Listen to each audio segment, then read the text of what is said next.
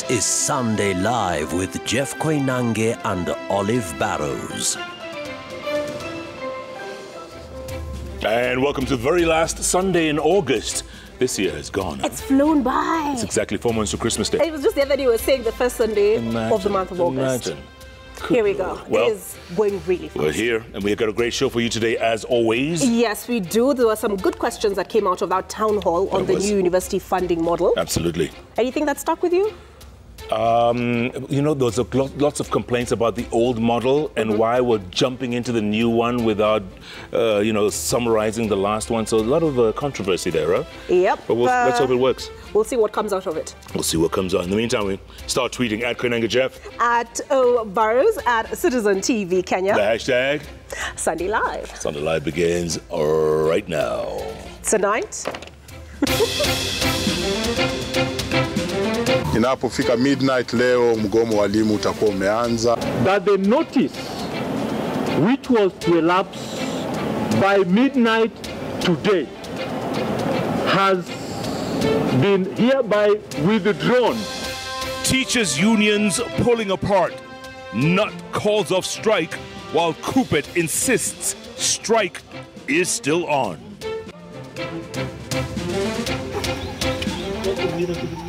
From a wedding to a funeral, 5 members of a family, including a bridegroom, killed in a tragic road accident in Kakamega. Austerity. What austerity?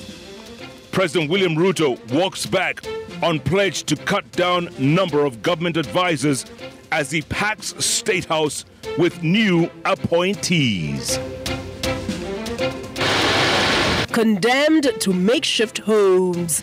Hundreds of Tana River flood victims still stuck in IDP camps 6 months after fleeing their homes.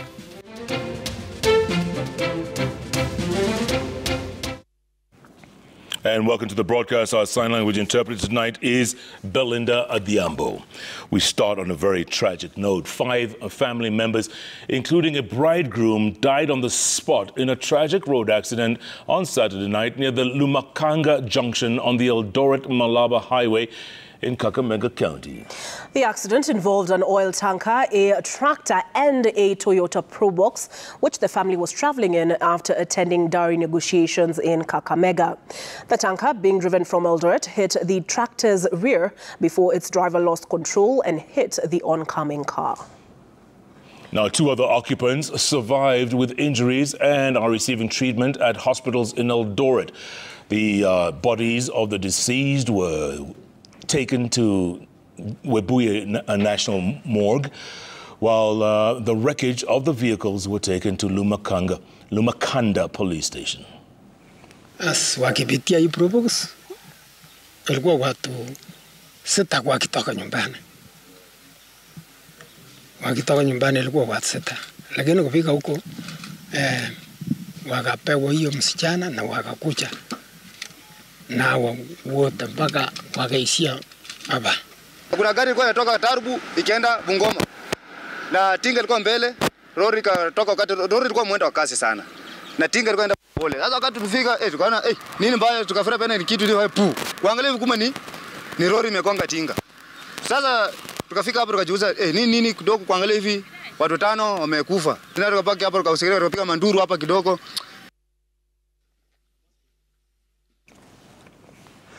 The 2 giant teachers' unions in the country have differed over the fate of a nationwide strike that was set to start at midnight. That's right. Now, the Kenya Union of Post-Primary Teachers, KUPPET, has instructed its members to honor the strike and not to report to work, while the Kenya National Union of Teachers, NUT, has withdrawn its strike notice and asked its teachers to report for work on the first day of 3rd term on Monday, the 26th of August. The ministry, on the other hand, maintains that learning will commence as scheduled tomorrow. Brenda Wanga has those details.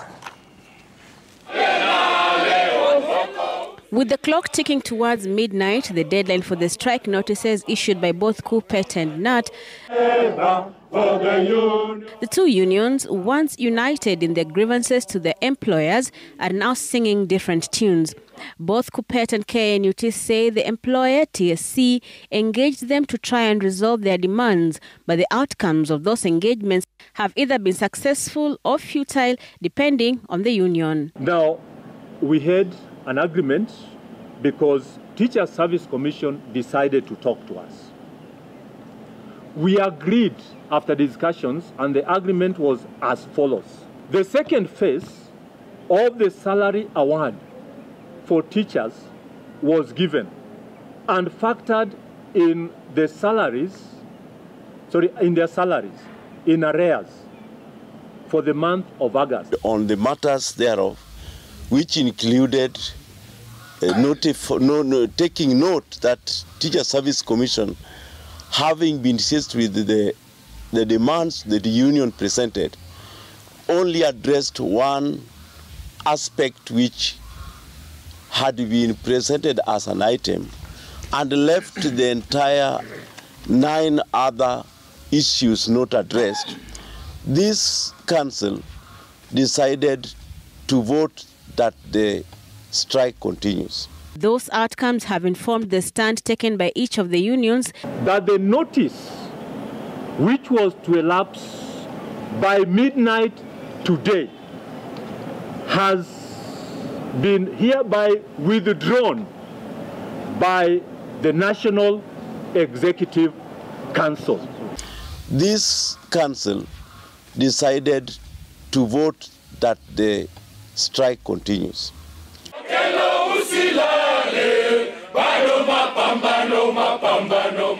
The decision means that learning in primary schools will proceed, while secondary schools, where a majority of members are drawn from KUPPET, is likely to be paralyzed. Both KNUT and KUPPET had threatened to go on strike over the non-commencement of the second phase of the CBA, demand for better working conditions, promotions, and the harmonization of allowances, as well as the non-remittance of statutory deductions. The employment of JS intern teachers on permanent and pensionable terms was also one of the key grievances both unions wanted addressed. While both unions disagree on their dealings with the TSC, they agree on the question of funding for teachers' affairs, and they want the government to speak in one voice when money matters are concerned. We took also note at the reckless manner in which government has handled this matter, including the Cabinet Secretary for Finance having said that the recruitment of 46,000 junior secondary school teachers was just mentioned by the Education Committee of Parliament, and it was not factored in. Which is the right position now? Which is the right position that we can take as a union? And that is why we are sounding a warning. If we want to run this country peacefully, elected officials and more so members of parliament leading committees, the public has entrusted you to give the proper information. The Ministry of Education, on the other hand, hailed KNUT for calling off their strike and pledged to work towards resolving the pending teachers' issues. Brenda Wanga, Citizen TV. Solidarity. All right, and still on that issue, the divided opinion on the strike by teachers has left parents at a crossroads, wondering whether or not to send their children to school on Monday. In a spot check by Citizen TV, a few students were seen traveling to school in readiness for the third term. Beginning of the third term, the education sector has been thrown into further confusion as teachers' unions read from different scripts. At the main bus terminus in Kisii and Kisumu, only a handful of students were seen seeking transport services, a stark difference from the usual back-to-school days where there would be a flurry of activities across various bus termini.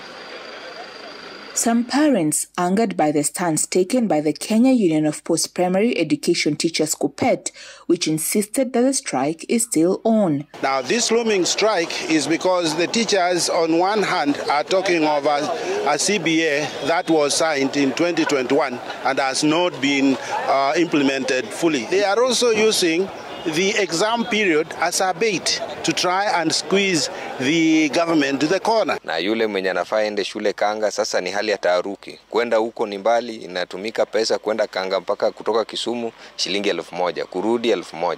Sasa hiyo ni gharama tena mara ya pili ama mara ya tatu. Some parents, however, pointed an accusing finger at the government, calling for an immediate resolution of the stalemate. Most of these teachers are mature. They are also parents. They are paying for the school fees of their children, and the money that is given to them is a peanut. Maserikali watoe kitu kidogo walipe au walimu watoto waende shule juu hapa form 4 wako na short duration na wanaenda kufanya mtihani.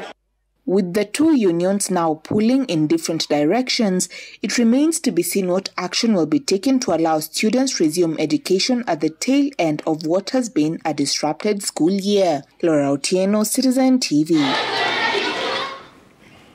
Civil society and human rights groups have petitioned the courts for urgent directions on a case challenging the new university funding model. That's right. Now, they argue that the model is discriminatory and could prevent economically disadvantaged students from accessing higher education due to its discriminatory fund distribution criteria. As Ben Kiri reports, the funding model has led to increased costs for various university programs as the government withdraws block capitation for students. Thousands of learners are set to return to school on Tuesday this week for the crucial third term, amidst ongoing challenges in the education sector, including the controversial new education funding model. The new model has left the future of students planning to join universities in uncertainty. Human rights groups and civil societies who had moved to court to challenge the government over the unfair model are now urging the courts to provide urgent directions. We have a case in court. If you really feel for those Kenyans, kindly look for a way to ensure that this case is heard and determined in the soonest time possible. You cannot be going out telling Kenyans you feel for them, but in real sense, our case is sitting in your courts without, if every time the case is coming for mention, we are being given an extension. Led by Elimu Bora and Kenya Human Rights Commission, the lobby groups argue that the model will create unprecedented inequality in higher education institutions, potentially excluding economically disadvantaged students. Students are set to return to school tomorrow, but there is no assurance that all will make it to class. The new education funding model has already locked thousands of learners out of quality education. They contend that the government hastily introduced this model without consulting all relevant stakeholders. Unveiled in May last year, the new funding model has led to increase the cost for various university programs as the government withdrew block capitation for students. Student leaders have joined in piling the pressure on the government, urging the president to revert to the previous differentiated unit cost model. Education is the biggest equalizer, and when the government tells us that this new funding model is student-based, why is it that students from private universities are not being given scholarships like the other students? We need a proper banding system. We need an expedition of the appeal process. It takes 3 weeks, while in my own university, we have first years being admitted tomorrow. How will 3 weeks help them? The new model categorizes students into 5 bands based on 8 variables, including parental background, gender, course type, marginalization, disability, family size, and composition. Ben Kirui, Citizen TV, Nairobi. All right, on to politics news. And in the aftermath of mass anti-government protests in June, President William Ruto, in seeking to calm the protesters, sought to make major concessions, including cutting down by 50% the number of his government advisors. Now, less than 2 months later, the president has appointed 2 additional advisors from among former cabinet secretaries in a move that's not only inconsistent with his pledge, but adding a wage burden to an already financially constrained government. Ayub Abdikadir breaks it down. In a clear departure away from the pledge he made, President William Ruto appointed 2 of his former cabinet secretaries to what was described as ministerial-level portfolios. The president has brought back former public service CS Moses Kuria and incorporated him into his club of economic advisors headed by Dr. David Ndii in what is an abandonment of his own pledge. While former ICT CS Eliud Owalo makes a comeback as the Deputy Chief of Staff in charge of performance and delivery management, Dennis Itumbi will head the Creative Economy and Special Projects Office. Moses Kuria, Eliud Owalo and Dennis Itumbi's appointments defy the very statement made by the head of state on reducing the number of government advisors following a month-long youth-led protests that gripped the country. The following actions shall be taken with immediate effect towards the realization of the new budget. The number of advisors in government shall be reduced by 50% within the public service with immediate effect. Confronted with demonstrations that denounced his administration's tax policies, President William Ruto made the remarks that bordered on austerity measures to cut on government expenditure and meet one of the key demands listed by the Gen Zs, whose protests compelled the government to make other major concessions. But in justifying the latest appointments, the head of public service, Felix Kosgei, said the new appointees will aid in supporting the Kenya Kwanza administration's bottom-up economic agenda and be responsible for effective and efficient implementation, monitoring and evaluation of priority projects by the government. Thank you very much. Countless questions, however, abound the president's veto of his own pledge, all pointing at the emerging inconsistencies between what the head of state says, what he does, and the failure in meeting the promise made to protesters who pushed his government to the edge less than 2 months ago. Ayub Abdikadir, Citizen TV. In the same vein, the recent appointment of former Cabinet Secretary Eliud Owalo as the Deputy Chief of Staff in charge of performance and delivery management may just have added to the long list of state officers in President William Ruto's administration, whose roles include overseeing performance of government ministries. That's right. Now, the same role is also performed by Deputy President Rigathi Gachagua, Prime Cabinet Secretary Musalia Mudavadi, and CS for Public Service Performance and Delivery Management Justice Muturi. As our political affairs correspondent Emmanuel Toh interrogates the justification and the possible confusion that could arise from the overlapping of roles. When he named his first cabinet 21 months ago, President William Ruto sought to remove any ambiguity in duties, mandates and job descriptions for his new officers. During that address, the head of state went out of his way to outline the duties and responsibilities of his principal assistant, Rigathi Gachagua, one which was to be in charge of ministries to keep him busy. He will oversee the implementation of cabinet decisions across all ministries and departments.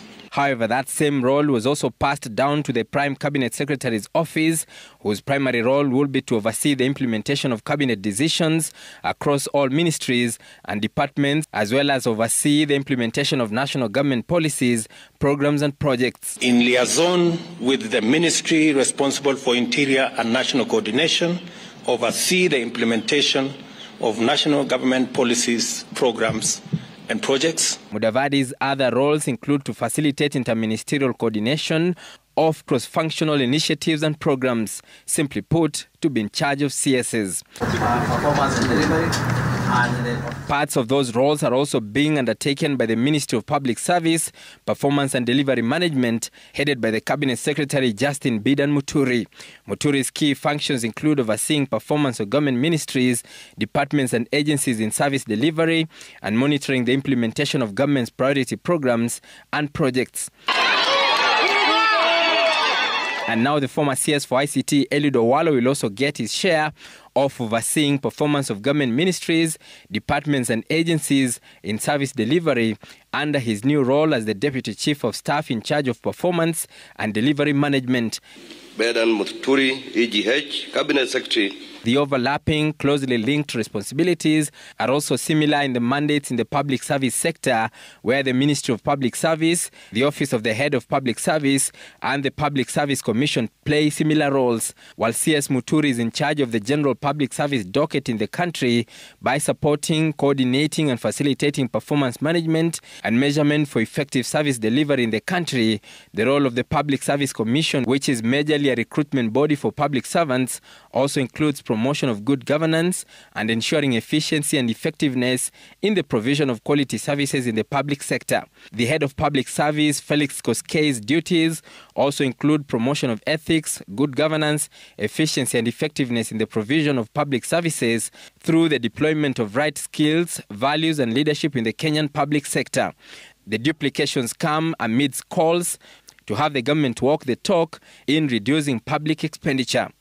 We are spending 1.1 trillion shillings every year to pay salaries and wages of the 2.2 trillion we collect. It is way above what we should be spending.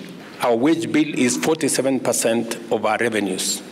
It should be 35% according to the law. Emmanuel Toh, Citizen TV, Nairobi.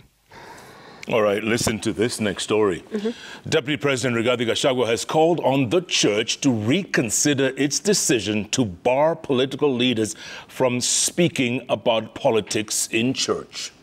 Gachagua stated that politicians should be allowed to speak in churches, but should limit their words and avoid using abusive language. Now, he made these remarks during the opening ceremony of ACK St. Joseph of Arimathea in Roysambu, right here in the nation's capital of Nairobi. Churches across the country banned political leaders from advancing political agenda on the pulpit since the Gen Z-led protests. The local church should be a convener, initiator, and sustainer of discussions around human, spiritual, socio-economic, and relationships building discussions. Tulienda kuleta maneno mingi kanisani, tukaambiwa siku hizi hakuna. Sasa tutakaa namna hiyo. Tuzoee. Lakini ya kibishop, utuangalie mwaka huu tu, at the end of the year you can review. So, if those of us who are given a chance to speak on their behalf behave, muwapatie nafasi. Unajua sasa mtu mwanasiasa akiona microphone, naone watu wameketi, na hawezi wazungumzia, anasikia vibaya. All right, on that note, we're going to take our first break here on Sunday Live and remind you that our weekly feature, Citizen Planet, is back. Makes a comeback tonight. Mashirima Kapombe was in Tana River and brings us the plight of 8,000 IDPs. 8,000. That's a big number. It's a big number. Displaced since the flooding early in the year. Exactly. Good Lord. We're going to want to take a look at that. But in the meantime, keep tweeting at Koinange Jeff. At O'Burrows, at Citizen TV Kenya. The hashtag is Sunday Live. Sunday Live takes a break. We'll be back in a moment.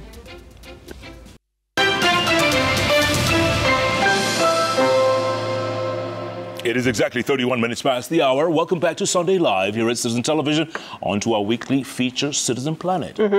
And over 8,000 people are still stuck in IDP camps in Tana River following severe flooding that hit the county at the end of the first quarter of this year. The floodwaters have dried up in most parts and some people have started trooping back to their villages. But with their farms stretching along the riverbanks, they appear not so keen to move further, or rather farther, since that is their source of livelihood. Now this despite the county government setting aside land for those in flood-prone areas to relocate. Our very own Mashirima Kapombe was in Tana River and has a report on this week's Citizen Planet.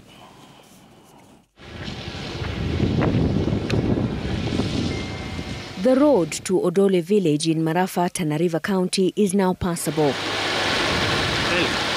With the right vehicle, this is as close as you get. Before you shift to a canoe, the cost is 50 shillings per person to get across. And then the long walk to the village that just a few months ago was underwater. The aftermath is this: houses in ruin. Others are rebuilding and settling back, picking up the pieces. 54-year-old Galana Buya is a man at odds. A successful farmer, villagers call him Simba wa Ashaka, meaning he gives his all to farming. He has 13 acres of farmland and is struggling to come to terms with the losses caused by the floods. Zaidi ya kama milioni mbili kwangu mimi nimeshapoteza milioni mbili. Ilikuwa watermelon zimekuwa tayari, gari inaanza kuchukua, maji ikaanza kubeba. The soils along the river are fertile, they tell me. No fertilizer is required here and everything they plant thrives. Betty Meleki, a resident of Galamani, is starting over. Her residence is at an IDP camp that is a 20-minute walk from her farm. She is adamant that the camp is as far as she goes. Kukaa mtoni ni lazima tukae kwa sababu tukilima tunatumia huo mto Tana. Tunalima na zile water pump. Na tukiwa tutasema tutakaa huko juu itakuwa ni njaa sababu huko juu hakuna maji. Khadija, a mother of two living at an IDP camp close by, echoes Betty's sentiments. Ni distance kuja na maji huko. Ni kama distance gani? Tuseme kama 10 kilometers. Many of those at the camps agree that life has changed dramatically since the floods. Hakesi Muhammad has lived at this camp with her aging mother and 3 children since April. Sasa kama nikipata chakula ni mimi na mama, nikikosa pia tunalala hivyo. Ama labda niende nichome makaa. Basi nifanye kibarua, kazi ya nyumbani. Ndio niangalie watoto. Watoto wanasoma lakini wanasoma na shida. Most of them are stuck since they were displaced during the floods last year. They went back after the waters receded, but the floods in April forced them out once again. A perennial problem that is part of disasters the county government says is costing them dearly year in, year out. On average, in 1 year, the government loses close to 7 billion shillings in in disaster interventions in Tana River County. A cost they are hoping to save through a one-stop solution that moves residents from disaster-prone areas to what they call Cluster Village Program. We needed now to move them into permanent settlements. Whether they are flood victims or they are people that are living in areas where droughts are severe, we move them into permanent settlements where services are consolidated. The county government of Tana River has so far identified 14 clusters. A tour of Hadampiu cluster reflects an intention that is well underway. The 5,000-acre piece of land is connected to electricity, has boreholes in strategic points, and a building that is expected to serve as a ward office. But getting people to move here is not as enticing for the locals. 3 months after severe flooding hit parts of Tana River County, thousands are still stuck in temporary camps such as this one. And as plans are underway to move them permanently to higher grounds, many are hesitant to move far from their farmlands despite the danger that may befall them again. Serikali wamesema kwa kuhama ni juu, lami huko juu. Lakini nilifikiria kuwa nikihama huko kwa lami huko juu, je, nitakula nini na wakati ni kutegemea wakati wa mvua. Na huu mto nitautumia saa ngapi unipate huko juu ili nilime nipate chakula. Others like Galana say the cluster village is an idea he and many others are willing to embrace. Si kuna wengine nyumbani ni Nairobi na shamba yake ni Peketoni, lakini wenye nguvu zao. Lakini sasa yeye anaishi wapi? Nairobi, shamba Mpeketoni. Na sisi tunaweza kufanya mpango kama hiyo, tukikaa pale, tukikaa kidogo, tukikuwa ngumu haya mashamba yetu sisi tunaweza tu kuendelea kulima. However, he explains that the plan is not as clear as they need it to be. Lakini mpaka kufikia saa hii hatujapata. Serikali watujuambia nendeni mahali fulani tuwajengee, hatujapata ujumbe kama hiyo. This is another cluster village that already has a few buildings coming up. The design of the houses is similar, the materials as affordable as one needs them to be, but the foundation has to be raised, just in case. But these villages are situated far from social amenities such as schools, hospitals and others. The schools, like Odole Primary, is in the flood-prone area. Although the children are now back in school after the waters receded, they missed several weeks of learning compared to their counterparts in other parts of the country. Building new schools and other social amenities within the clusters is an investment that doesn't come cheap. Government has been putting up infrastructure in flood zones. Now they have the secondary schools. They have their health facilities. They have administration facilities. All of them, they are always submerged in water, year in, year out. And the government has never thought of an alternative. Yeah? They rehabilitate and go back to wait for the next season. We need to close down all those facilities. They can start slowly with makeshift. They move the schools, they move the rest of the facility. They need the AP camps. The land is there. It has to be gradual. It cannot be immediate. The United Nations Institute of Migration has been at the forefront of providing assistance to flood-prone victims through partners. We have mobilized over $2 million and reached over 100,000 people that are flood affected in Kenya in 2024 to date. IOM has been providing support to the displaced people and displaced communities and also displacement affected communities with their emergency shelter and their essential household and essential personal items. They, however, agree that the short-term solutions are unsustainable. Having close to 28,000 households affected or displaced every other time is not something that is very cheap to manage. We have to have that emergency response mechanism with which you will be responding immediately, but at the same time, in a place like Tana River that is facing flooding situation repeatedly and recurringly, you need to look at longer-term solutions. Although communities are wary of losing their economic and social livelihoods, the county government says there is nothing to fear. We have been talking to them. We have organized meetings, joint meetings with those officials of the cluster, the leadership of the clusters. There is a whole set of social transformation that requires to take place. Systems, some of the traditional cultural laws needs to be looked at and reviewed by the elders. The issue is the level of adaptation is not as fast as we've been expecting. A dream that highlights what climate change experts have labeled community adaptation to disasters. But adaptation requires funding.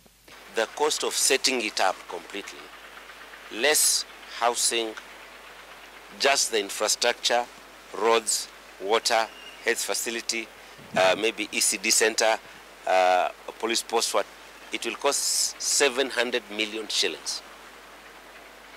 That's for 6,500 people. An agenda that will be top on climate financing talks at the COP29 in November this year. And for residents in Tana River, this may just be what the doctor ordered to cure their perennial problems that push them deeper into poverty.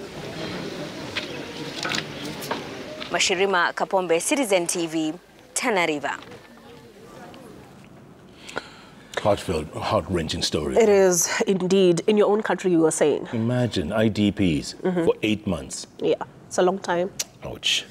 Back to politics? Back to politics. Wiper Party leader Kalonzo Musyoka now says he will mobilize Kenyans to reject the new university funding model, adding that the model has been too complicated to use, ending up denying the poor the right to education. Now, speaking in Githurai today, the Azimio leader said Kenyans had rejected the new plan by the government because there was no public participation on the new system before rolling it out. Take a listen. Education is in a crisis, and we are giving notice to this administration, which has no idea, absolutely no idea on how to go about it, that we will mobilize this country to say, no, if you are going to make university education only for the rich and not for the poor will rise and claim their position. Wangapi wako tayari kufanya hiyo? It is unpracticable, impracticable, unfair, unworkable. Even university administration wenyewe wamesema they were not even consulted. Ukitaka kuanza muundo mpya aina hii, you first of all do what is called piloting. Hakufanya piloting, wazazi wanaamkia tu kuambia leta 500,000, 200,000. All right, switching gears altogether. And the annual Patrons Cup golf tournament came to a close on Sunday after a weekend-long action at the Muthaiga Golf Club. The tournament that attracted 15 clubs from across the country was played in honor of the former patron of golf in Kenya, and that is the late President Mwai Kibaki. The Patrons Cup Golf Tournament is one of the country's most anticipated premium inter-club golf events. It teed off on Friday with the action running through to Sunday at the Muthaiga Golf Club. This year's tournament saw new entrants who fought for the 5 categories: the main trophy, shield, plaque, bowl, and the newly introduced Magpul. The tournament is a fitting tribute in honor of the late President Mwai Kibaki, whose contributions to the golf in Kenya are immeasurable. I really like the spirit with which the past patron Mzee Kibaki had for Kenya. He really helped Kenya in developing golf, especially at a time when golf lands were being grabbed. He was very ready to support and make sure that golf courses are protected. This year's Patrons Cup was proudly supported by a diverse array of sponsors, including title sponsors View Travel. We were the main sponsors for the Muthaiga golf team, and it's part of our initiative and part of our positioning into sports, because we do have incredible sports packages that are aligned to golf. So this event for us aligns with what we're actually doing, and it's a great event. And I think golf is a sport that is upcoming, especially we now have big European tours coming into Kenya. So I think it's the best time to to be part of the game. Muthaiga Golf chairman says the tournament draw involved juniors, ladies, pros and amateurs, witnessing the thrilling action of the 2024 Patrons Cup. And it's been a very successful event from its inception in 2022. Last year was a bigger event, and this year it's even a bigger event, more inclusive, ladies, juniors, pros, and obviously all of us as top amateurs in Kenya are part of this fantastic tournament. Muthaiga Golf Club are the defending champions. As the Patrons Cup 2024 golf tournament comes to an end, it was a great experience in the course, from powerful swings to a joy of a hole-in-one. Reporting for Citizen TV, I'm Jerry Meg from Muthaiga Golf Club. A special 5-day prayer event in Nairobi, which involved various churches and was led by the Exploits Worship Center, came to an end as religious leaders urged the youth to seek alternative ways of expressing their grievances against the government. That's right. Now, the government was also called upon to fulfill the promises it made to Kenyans. We get more from our very own Willie Lusige. Various religious leaders from different denominations within and outside the country gathered in Nairobi for 5 days in a special event to pray for and sanctify the nation after the unrest from recent protests. The prayers began with peaceful procession and prayers in various parts of Nairobi, which had experienced the unrest. The climax of the event was on Saturday night leading into Sunday, where the prayers concluded at Uhuru Park. Church is not lost. We are present, and we have been able to gather and give our goodwill to the country, our goodwill to the president, our goodwill to the entire nation of Kenya, that the church is alive and praying. Religious leaders urged the youth to seek alternative means of expressing their grievances against the government to avoid the unrest that had affected the entire nation. Let us pursue peaceful means and peaceful ways to echo out and to resolve the issues that we are facing, because we don't have any other nation.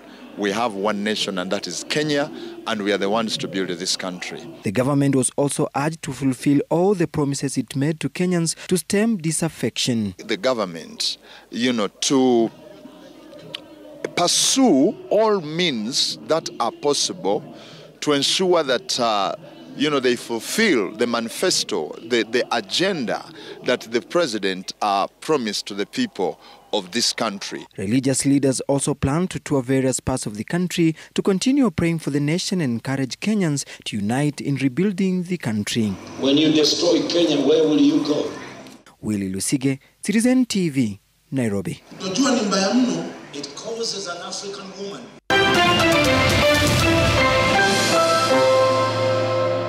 It is exactly 55 minutes past the hour. Welcome back to Sunday Live here at Citizen Television. Now, hundreds of business people from Kiunga Island in Lamu County are calling for the reopening of the Hindi-Kiunga Road, which was closed due to insecurity. The traders decried massive losses incurred due to unfair market competition, where middlemen fleece them of proceedings of fishing. And as our very own Laura Chino once again reports, the agricultural prospects of the island are also dwindling by the day due to the lack of proper transport networks. Take a listen.